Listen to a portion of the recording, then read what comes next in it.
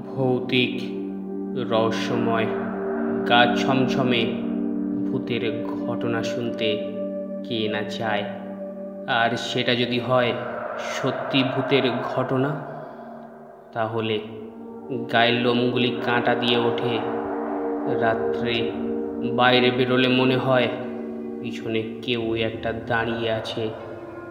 এই রকম গা ছমছমে সত্যি ভূতের ঘটনা নিয়ে আমাদের আজকের নিবেদন নর্তকী মহল। মহেন্দ্রপুর গ্রামে ব্রিটিশ আমলে নির্মিত একটি প্রাসাদ, যার নাম নর্তকী মহল। এই প্রাসাদটি ছিল তার সময়ের একটি বিখ্যাত নাচঘর। বহু রাজা, জমিদার এবং ব্রিটিশ সাহেবরা এখানে এসে মনোরঞ্জন করতেন।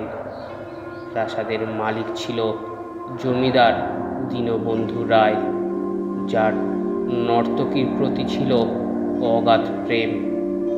নর্তকী মাধুরী দেবীর আকর্ষণীয় নাচ এবং সৌন্দর্য ছিল কিংবদন্তি। কিন্তু হঠাৎ একদিন এক রহস্যময় রাতে মাধুরী দেবী অদৃশ্য হয়ে যান।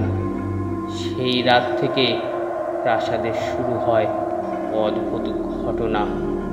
আজও কেউ জানে না সেই রাতে ঠিক কী ঘটেছিল। ঘটনাটা শুরু হয় বর্তমান সময়ে। গ্রামে আসে এক ভদ্রলোক, যার নাম আর্য। তিনি একজন ইতিহাসবিদ এবং প্রাচীন স্থাপত্যবিদ। তিনি মহেন্দ্রপুর গ্রামে আসেন নর্তকীর মহল সম্পর্কে গবেষণা করতে।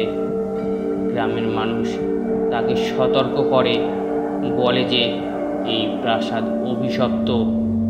আর্য তাদের কথায় কান না দিয়ে প্রাসাদে প্রবেশ করে এবং সেখানে সব অদ্ভুত ঘটনা প্রত্যক্ষ করতে থাকে। ধীরে ধীরে আর্য প্রাসাদে প্রবেশ করার পর একটু ভয় পেয়ে যায়। ছিমছাম পরিবেশে নেই কোনো সাড়া শব্দ। কেমন যেন গায়ে কাঁটা দিয়ে ওঠে। সব কিছু স্তব্ধ। ঘড়ির কাঁটা থেমে আছে।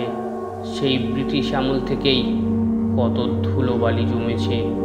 আর্য মনে মনে চিন্তা করছে সে প্রাসাদের ভিতরে জমে থাকা সব ধুলোবালি নিজ হাতে পরিষ্কার করবে। আর্য অনুভব করল তার শরীরের পাশ দিয়ে শীতল হাওয়া বয়ে গেল। এটা কি ছিল? এটা কি আমার মনের ভুল? আদৌ কি সত্যি হতে পারে? আর্য 7-5 ভেবে চলে যায়। প্রাসাদের আনাচে কানাচেতে সুন্দরভাবে সব পরিষ্কার করে। আগোছালো প্রাসাদটাকে সুন্দর করে গুছিয়ে ফেলে। প্রাসাদের প্রত্যেকটা কক্ষ খুব সুন্দরভাবে সে সাজায়। প্রাসাদটা যেন প্রাণ ফিরে পেল। কয়েক ঘন্টা লাগিয়ে সব পরিষ্কার পরিচ্ছন্ন করে সে যাবে স্নান ঘরে। তার চোখ পড়ে এক দরজার দিকে, যেটার কথা সে কারো কাছে শোনেনি। দরজাটা খুবই সুন্দর। যে দেখবে তার চোখ পড়বে এই দরজার উপর। দরজাটা কেমন অদ্ভুত সুন্দর, যা বলে বোঝানো সম্ভব না। আমার কি যাওয়া উচিত এখন এই দরজার কাছে? কি এমন আছে এর পেছনে যে এত সুন্দর করে বানানো হয়েছে? যাই হোক, পরে এসে দেখব কি আছে এতে। আর্য চলে যায় স্নানে। বিকাল পেরিয়ে সন্ধে হয়ে গেছে। আশেপাশে সব নীরব হয়ে আছে। আর্য বেরিয়ে এসেছে স্নান থেকে। পেটে এত খিদে তার, কিছু যে রান্না করে খাবে সেই উপায়ও নেই। তার শরীর আর চলছে না। কি ধকলটা না গেল সারাদিন। হয়তো আজ না খেয়ে থাকতে হবে। আমার সমস্যা নেই, কাল সকালে চলে যাব কোনো এক দোকানে, তারপরে কিছু খেয়ে নেব। সন্ধ্যাও প্রায় শেষের দিকে। আর্য বসে যায় এক ইতিহাস বই নিয়ে। সে খুব মনোযোগ দিয়ে সেই বই পড়তে থাকে, কিন্তু কি একটা যেন তাকে ভাবতে খুব বাধ্য করছে। প্রাসাদটা অনেক বিশাল, কিন্তু কক্ষ মাত্র 4টে। এই প্রাসাদের আনাচে কানাচে অনেক রহস্য লুকিয়ে আছে সেই অদৃশ্য হয়ে যাওয়া মাধুরী দেবীর কাহিনী। যাক, এসব পরে ভেবে নেব। রাত তো কম হলো না, যাই বিছানায় গিয়ে শুয়ে পড়ি, সেটাই ভালো হবে। আর্যর যেই ভাবা সেই কাজ। সে বিছানায় শুয়ে পড়ে, কিন্তু কোনোভাবেই তার ঘুম আসছে না। এপাশ ওপাশ করতে করতে ঘুম আর হয় না তার। আর্য নিজের মোবাইলটা বের করে ব্যাগ থেকে। মোবাইলে নেই নেটওয়ার্ক। কি এক জ্বালা! এই প্রাসাদে না আছে কোনো নেটওয়ার্ক, আশেপাশে না আছে কোনো খাবারের দোকান। কি মহা বিপদে পড়লাম রে বাবা! রাত যত গভীর হচ্ছে মনে তত ভয় বাড়ছে। কেন এমন হচ্ছে আমার সাথে? এর আগে আমি অনেক বাধা পেরিয়ে এসেছি, তখন এমন কিছুই আমি অনুভব করিনি।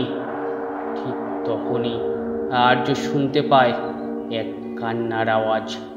খুব করুণ স্বরে কান্না করছে। আর্য পা বাড়ায়। ক্রমশ কান্নার আওয়াজ বাড়ছে। মনে হচ্ছে কেউ যেন এদিক ওদিক ছোটাছুটি করছে আর কান্না করছে। পায়ের নুপুর বাজছে। ফ্লোরে দেখা যাচ্ছে রক্ত মাখা পায়ের ছাপ। আর্য অনেক খোঁজাখুঁজি করেও পেল না কিছু। প্রাসাদের উপরের ঘরগুলোতে তালা দেওয়া। এই চাবি কোথায় রাখা সে জানে না। সেই কোনো এক ঘর থেকে ভেসে আসছে কারো কণ্ঠস্বর। কণ্ঠ শুনে তার মনে হচ্ছে কোনো এক মধ্যবয়সী লোক কথা বলছে এক মেয়ের সাথে। মেয়েটাও অনেক কান্না করছে। তার আওয়াজ শুনতে পাচ্ছে আর্য। কিন্তু প্রাসাদে আমি একা। এটা কিভাবে হতে পারে? এই প্রাসাদে কি আর কোনো মানুষের আত্মা ঘুরছে? আমি তো জানতাম শুধু মাধুরী দেবীর কথা। এর কিছুক্ষণ পর শুনতে পায় সেই ঘর থেকেই কারো গানের আওয়াজ ভেসে আসছে। কি মধুর কণ্ঠ, কি সুর তার! এত সুন্দর আওয়াজ সে আগে কখনো শোনেনি। ধীরে ধীরে গানের সাথে সাথে নাচেরও শব্দ পাওয়া যাচ্ছে। সেই পরিচিত পায়ের নুপুরের শব্দ। আর্য সেই কক্ষটির সামনে যেতে থাকে। এত আস্তে আস্তে সে ফ্লোরে পা ফেলছে। মনে হচ্ছে সে চুরি করতে এসেছে। চুপি চুপি এসে কক্ষের সামনে দাঁড়ায়।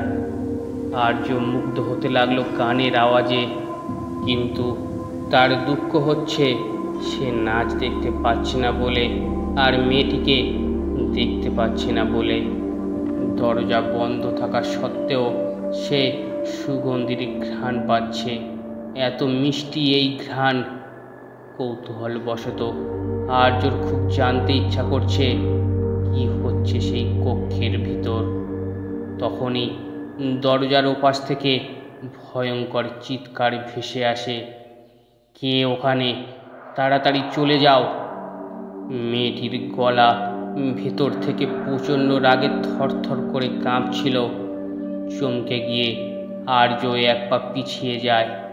তার হৃদস্পন্দন দ্রুত বেড়ে যায়। সে বুঝতে পারে মেয়েটি খুবই ক্রুদ্ধ হয়েছেন। আমি আর্য, আমি কোনো ক্ষতি করতে চাই না, কাঁপা কাঁপা গলায় উত্তর দেয় আর্য। চলে যাও বলছি। মেয়েটির গলা আরও ভয়ঙ্কর হয়ে ওঠে। এটা তোমার জায়গা নয়।